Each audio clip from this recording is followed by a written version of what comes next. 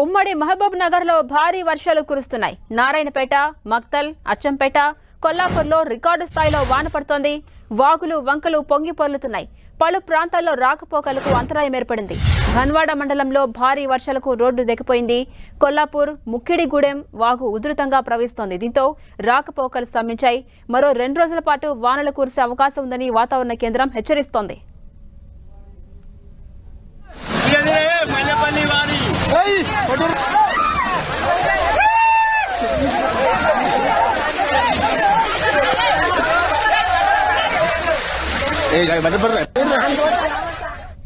ఇదే అంశంపై మరింత సమాచారం మా ప్రతినిధి రాఘవేంద్ర మనకు అందిస్తారు. రాఘవేంద్ర,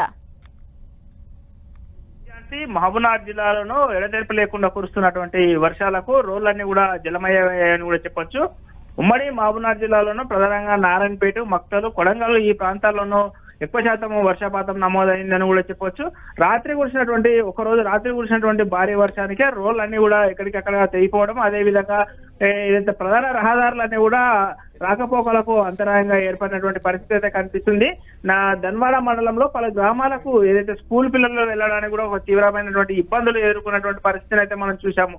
అదేవిధంగా అచ్చంపేట, కొల్లాపూరు, జడ్చర్ల ఈ ప్రాంతాల్లో కూడా రికార్డు స్థాయిలోనే వర్షపాతం నమోదైంది.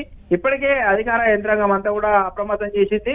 ఏదైతే అచ్చంపేట పరిసర ప్రాంతాల్లో అయితే కొండ చర్యలు ఎక్కువగా ఉంటాయి, అక్కడ ప్రమాదం జరిగే అవకాశం ఉంటుందని చెప్పేసి అటు కొంతవరకు అధికారులు పబ్లిక్ అంతా హెచ్చరికలు జారీ చేస్తున్నట్టుగా తెలుస్తుంది.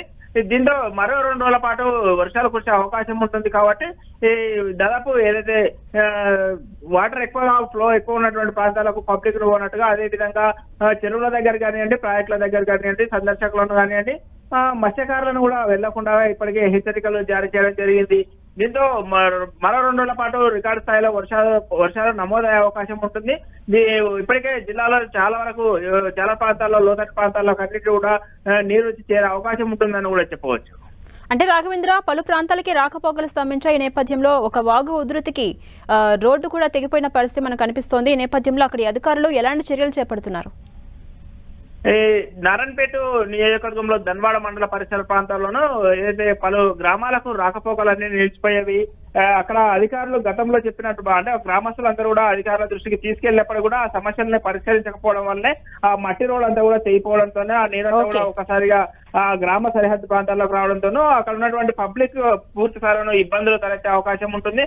అదేవిధంగా పలు చోట్ల వాహనాలను కూడా కంట్రోల్ చేయలేక వాహనాలు కూడా కొట్టుకుపోతున్నటువంటి దృశ్యాలు కూడా మనం చూసాము.